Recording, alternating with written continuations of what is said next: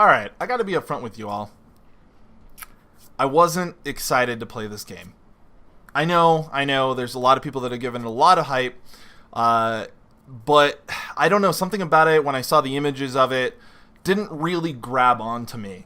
It seemed like kind of another indie game or smaller game that didn't really match up to the experience that I was hoping for.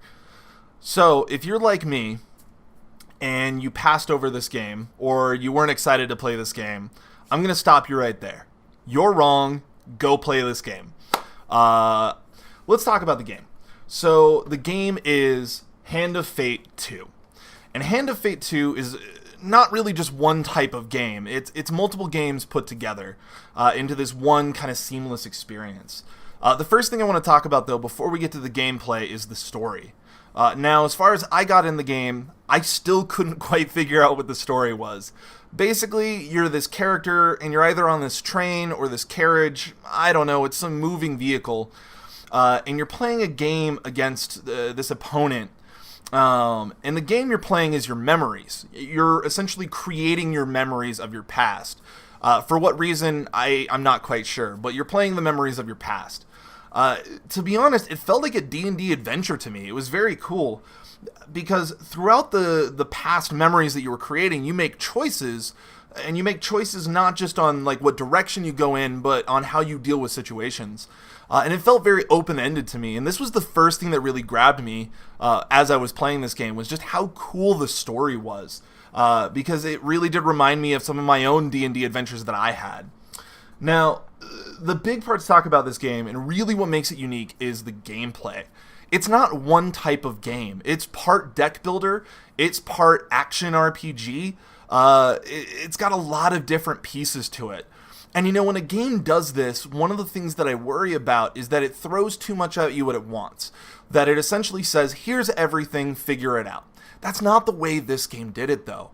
It didn't really have a tutorial, but everything was given in such small doses that it felt very palatable. You start out with just your basic card game, where you're essentially picking cards and there's different events that go into it.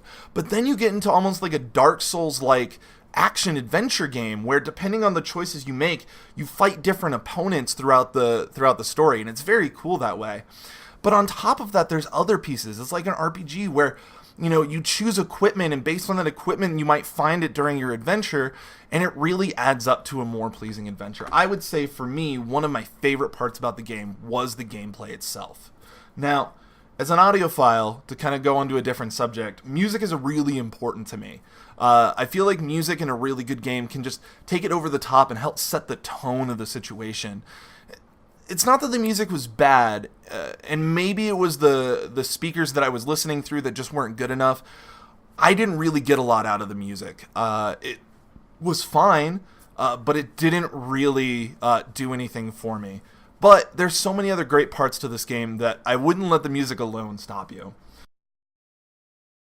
Overall, for a $30 game, you could get a hell of a lot worse than this. Hell, I've played $60 games where I felt like I got much worse than this.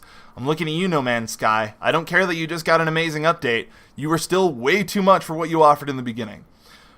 Okay, what I'm getting at is this, is that this game has so many different elements to it, and it manages to do this beautiful task of putting it all together in a seamless way that creates a fun experience. You're never overburdened by anything, and at the same time, you always feel like you're discovering something new. Whether it's a branching story path that you had to go through the second time because you died, trust me, that happened to me, or it's an experience game where you learn about the combat and the card system to really make it unique. Hand of Fate 2 is, available on pretty much every system. You can get it on PC, Xbox, PS4, and Nintendo Switch.